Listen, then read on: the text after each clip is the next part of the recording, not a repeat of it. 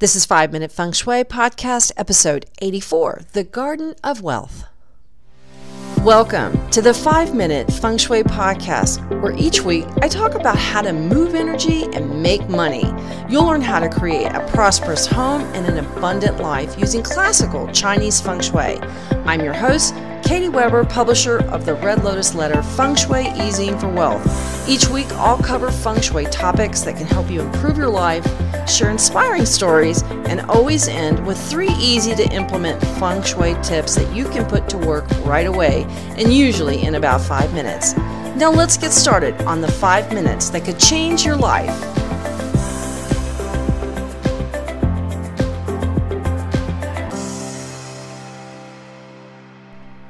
Hello and welcome to 5 Minute Feng Shui today. Last week I talked a little bit about gardening and how important it is to me to be outside and outdoors and spending time in my garden and my my cherry tomato plant that's just gone bonkers and I think it's going to eat our house. But that's okay. I love cherry tomatoes, so all good there. This is an episode, and this is one thing that I've wanted to talk about for a long time and couldn't believe it when I scrolled through all my previous episodes that I haven't talked about gardening. And it's so important in your landscape. You know how you drive through a neighborhood and you see homes and they just have this beautiful appeal. And when you look at it, you go, what is the appeal of the house? Is it the style of the house? Is it the paint color? Most of the time, to me, it's a beautifully landscaped yard or garden. And just seeing that beautiful garden surrounding a home, you can just feel the energy that that home gets by having that beautiful plantings and flowers and trees, that mix of sun and shade. There's no question in my mind that exterior landscaping is worth every penny you put into it in terms of the enjoyment that you get out of it, as well as all the feng shui benefits that you get from that. But before we get started, I would like to thank 5 Minute Feng Shui podcast listener, Myra Santiago. She writes, Katie is amazing. I've been reading and following her, plus purchasing her feng shui forecasts. My next goal would be to take one of her classes. She is a caring and loyal person who knows her stuff. She will not steer you wrong. Well, I know you as Madeline. So Madeline, thank you so much for that. And thanks for being a loyal member of my Feng Shui Insiders group and for posting that wonderful iTunes review. I so appreciate you and so appreciate your listening and being a part of the Red Lotus family.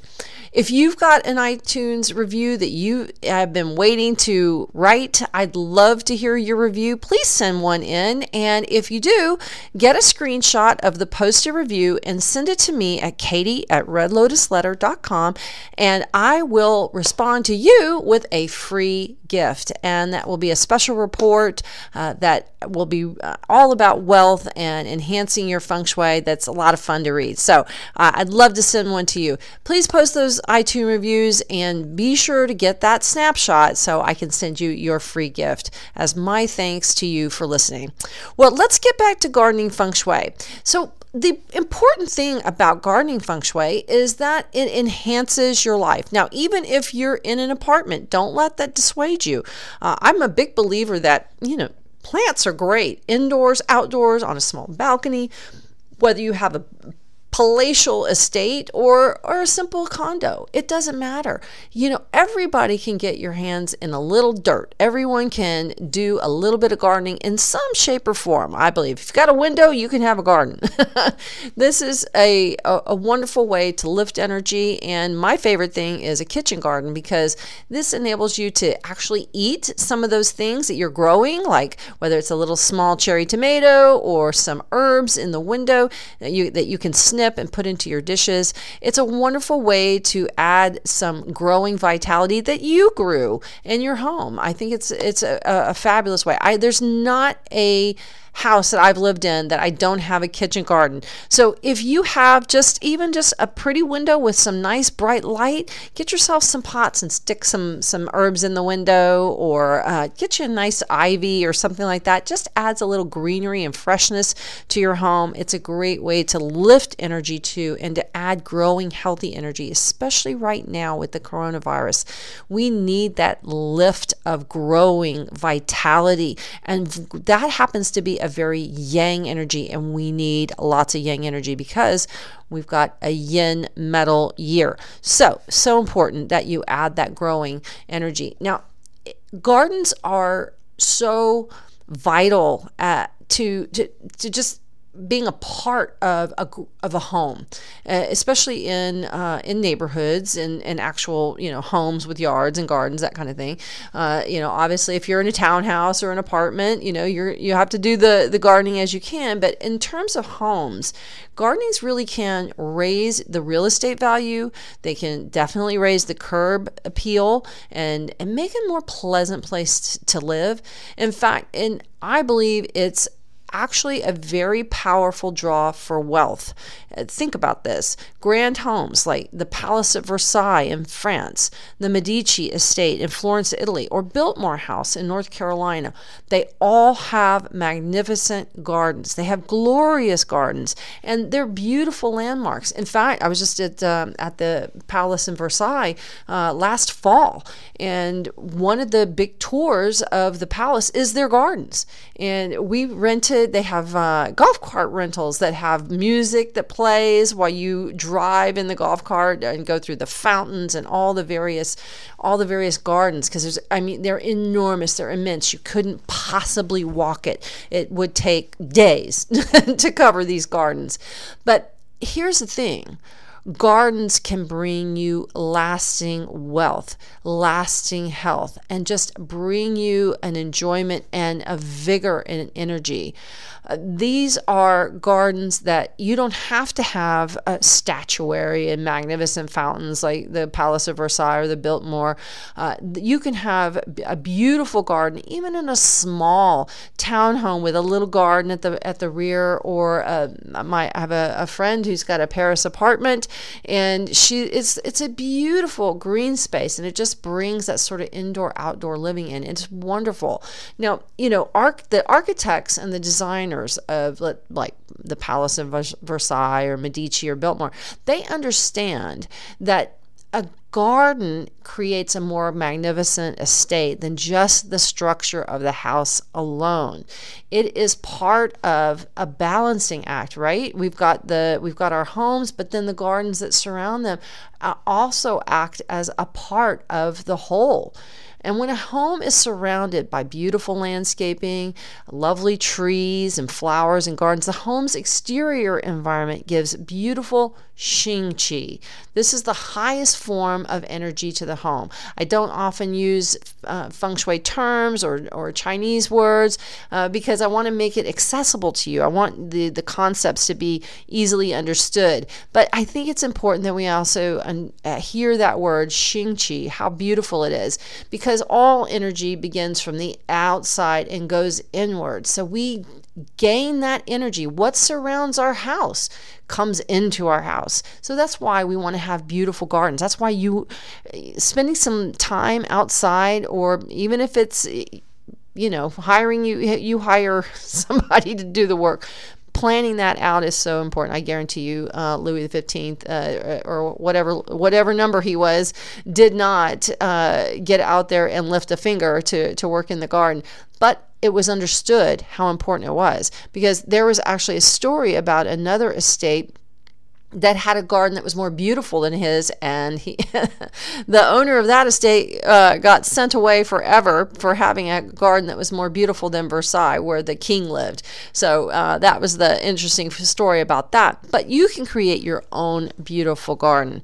A home is so much more beautiful and more prosperous and enjoyable when you have a garden dragon living there. And this is part of the wealthy garden, is bringing in your garden dragon. This garden dragon is an energy that pervades your garden, that surrounds your house. It brings that precious, vital, growing energy to your home and to everyone who lives in it.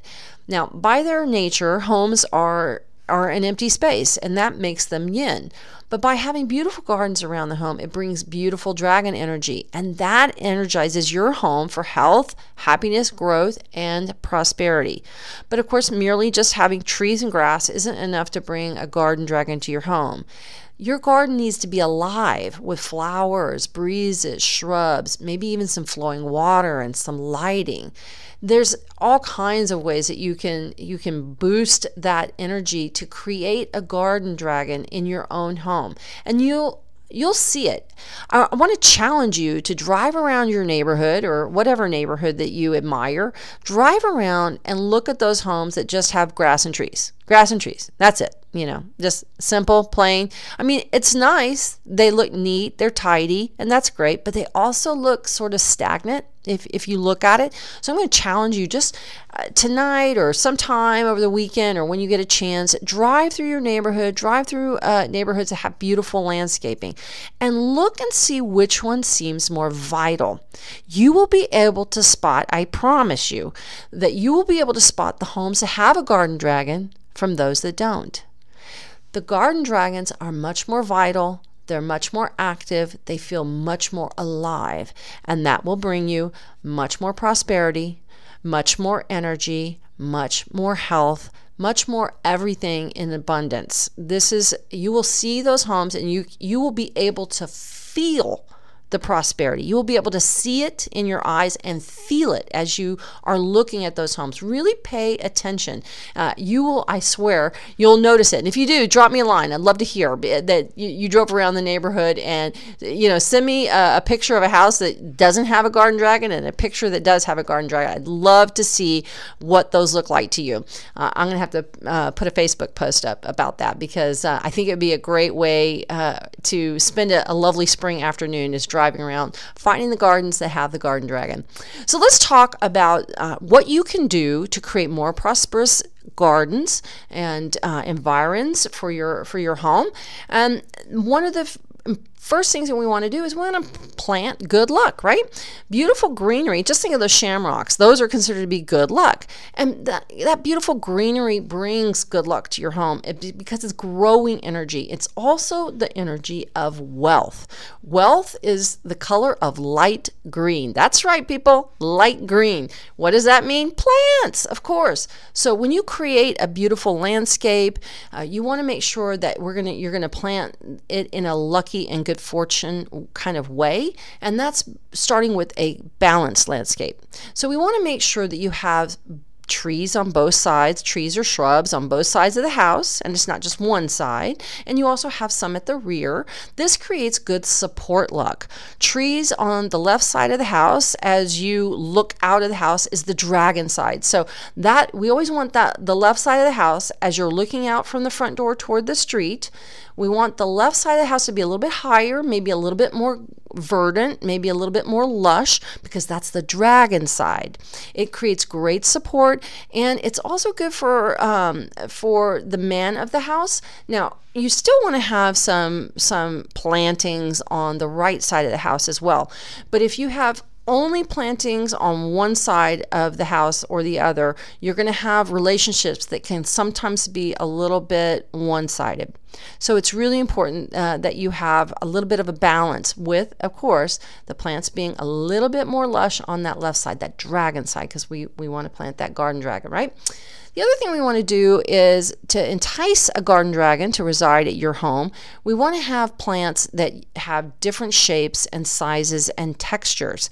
And this is when you're going to see those garden dragons. You're going to see them. You'll see them because you see those homes that have plants and maybe they have some rose bushes and they have some pretty greenery, or maybe they have a flowering tree or shrubs that are a different color, not just green, but maybe red.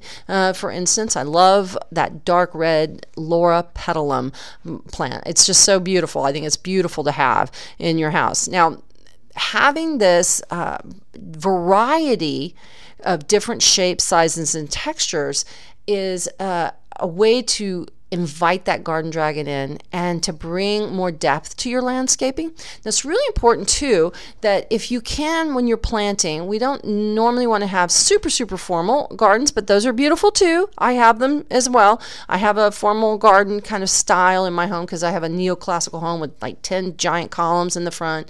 So I try to keep it kind of classical, but I also have curving landscaping lines on the side around my house and in the back, and having that meandering kind of planting entices energy to flow like a river in your garden, and that helps to bring the energy of prosperity and in a flowing type of way rather than in a harsh kind of way. Now, adding curves and lines and plants of different sizes and shapes in different planting beds helps to simulate the humps of a dragon. You can even do that. In one of my homes that I lived in had a beautiful garden. I miss it. We had planted alongside one side of the house a garden dragon, and it went all the way around to the back side of the house. So I created a large tree and then planted shrubs next to it, and then made another big shrub, a tall shrub that would be like a hump. So the big tall tree was like the head of the dragon, and so then I made the landscape kind of undulate. So when you looked at it, you could actually see like the sort of curving lines of a dragon. It was just beautiful.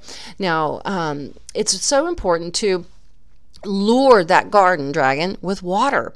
Now, there's a famous building in Hong Kong that was built in a large open square in the middle, and that was so that the dragon of the hill behind this building could go get a drink from the Hong Kong harbor. Isn't that a cool story? I love that. Everybody would say, why is there a hole in that big square hole in that building? And it was so that dragon that was represented by the undulating, beautiful green verdant hills behind it could come and get a drink of water. So consider adding a pond, a waterfall, a pool, or fountain to your landscape. That soothing water provides beautiful sound, it draws birds, and it's a wealth enhancer. Water is a great way to draw a garden dragon to your home. That dragon can help improve everything and everybody in your household, including robust health, happier family relationships, and greater wealth through career opportunities and good investments and accumulated wealth. Again, remember the color of wealth in the southeast corner. If you know the Bagua, the southeast corner is associated with the color of light green or Kelly green, and that's because money grows, and when we have a garden that grows, our money grows too. Now, another activator for your garden dragon is to light it up. Lighting is a terrific activator and helps to energize the chi of your garden. It also will dissolve like negative energy. So when you want to make your garden dragon more potent and enhance that beautiful Xing chi, that beautiful chi, and make it more potent, add some lighting in your garden. You know, lighting can be had very inexpensively these days. I really love to see lights in the landscape. I think it's a beautiful accent to the home, a beautiful accent to the landscape. I love to see lights that are cast on, like if you have big boulders or stones in the garden. That's a really a great activator for money and the wealth of the earth. A beautiful way to activate any large boulders that you may have. Now, you also want to think about what kind of flowers and plants and symbols that you put in your garden. You know, certain plants and flowers are more auspicious than others. Like bamboo is generally regarded as an auspicious plant, and so are citrus trees like lime, lemon, or orange and plum, peach, and apple trees. Pine trees are also auspicious. Now, you do want to avoid, you know, prickly or spiny plants that can stick you, like flowers that are along a walkway. You don't want to have thorns, you know, pricking you. Now, but of course, roses with thorns are a great way to add a little protective feng shui underneath windows. So people, you trying to break in, have to climb through all those sticky thorns, and it provides a natural inhibitor for anyone trying to break in. So having some, if you want to plant something spiny or prickly, that's the place to plant it. Now, bulb flowers are also great for luck because they represent accumulated wealth. So adding tulips or narcissus or anything grown from a bulb like gladiolas, these are very good for this great fortune, great prosperity energy, because they hold within that bulb the seed of a beautiful flower. So it's very highly regarded to have narcissus in your landscape or any kind of bulb flower. Now, if you've got trees in your landscape, always keep them maintained and healthy. When you have a tree that is healthy and dead branches have been trimmed away and it has plenty of open air and space and light, it's going to grow better. It's going to be better for your landscape. It's going to stay healthier. What you do want to avoid, though, in your garden is to stringently keep any tree from touching the house. We don't want any tree touching the house. And actually, we don't want plants touching the house. Many people put plants too close to their windows, or they plant them too close together up against the house, and when they grow like over the house, over the windows, and that's not good feng shui. So it's better to just pull them out, replant them, trim them up, and reposition them, or buy new plants and help to keep the plants off of your house. When plants and trees actually touch your house, they draw energy from it. So I do have to give you that one little feng shui warning that it's so important that you pay close attention to those plants not touching the house and staying really nice and healthy. Make sure that if you have any kind of dead plants, that they are always removed right away, because any kind of dead plant will help bring the energy of your home and your life down. We don't want to do that. Now let's talk about your garden from the indoors. This is a really nice way to bring that beautiful Xing Qi, that wealth Qi, that green color inside, and that's to create views from your home's windows. When you look at landscaping, think about how you're going to see your home. If you have a beautiful living room, can you see out of it? How about creating a beautiful planting there so that you will have a beautiful and bountiful and prosperous looking landscape to look upon? Maybe you have a planting feature that you do there. You know, beauty in and of itself is a wonderful feng shui activator, and all you can do to bring beauty into your home, and especially into your garden, is always going to repay you every time. So if you have windows out to your garden, plan your landscape to be captured and framed by your windows. So as you're making a plan for your garden and your landscaping, think about how you're going to see it from the inside. Think about the colors that are going to change through the year, if it'll bloom. And think too about adding fruit trees, anything that bears. So that could be nuts, that could be fruits, that could be apples or citrus or whatever plant grows well in your area. We have a home in South Texas on the Gulf Coast, and we've got citrus trees everywhere, lemons and grapefruits and pink navel oranges that are just divine. They taste like if somebody were to put an angel into an orange, that's what it would taste like. It's the sweetest thing. So find something that bears fruit, in some, whether, like I said, it's a nut or a fruit of some kind. It's even flowering trees that bears. It's when you have a home that is surrounded by trees that are giving you something like beautiful flowers or nuts or fruits, it becomes more, your home becomes more abundant, and that's always a good thing. All right, well, I hope this has inspired you to get out into the garden and to do some landscaping, and just drive through your neighborhood and look around and see if you can spot the houses with the garden dragon. I think you're going to love doing that as a little experiment, and if you feel like sharing that with me, please do. All right, well, let's end up with our 3 tips, as always, here at the last of 5 Minute Feng Shui. The first is to add beautiful trees and flowers to your landscape. adding abundance and adding beautiful plantings will bring a garden dragon to your home, and that brings you wealth and prosperity. Wealth in the form of health, wealth in the form of beauty and enjoyment of your home, and beautiful energy going from the outside in. Remember, all energy starts from the outside and goes in. So whatever you're surrounded by comes into your home. So we want to be surrounded by beauty, and we want that garden dragon alive and well in your garden. Tip number 2, create meandering paths and beautiful views. Find garden paths or find places where you can create a beautiful flowing garden, maybe raised beds or some type of planting that you will create little pathways. And find places in your garden where you can create a view. So maybe you come around a corner and you turn. Maybe that would be a great spot to put a big planter that's overflowing with flowers, or find something for your eye to rest on that will create a beautiful view. And do that from the inside as well. Find those windows that you see out the most, and make sure that you have a beautiful planting that you see. Maybe it turns beautiful colors in fall, or in spring it bursts full of flowers. Put those beautiful views in your garden and out your windows. Lastly, add water to the garden. It is one of the greatest ways to activate your garden for a garden dragon, and to bring more beautiful Shing Chi to your home and to your life. We can't have too much of that, in my opinion. But here's one important note about fountains.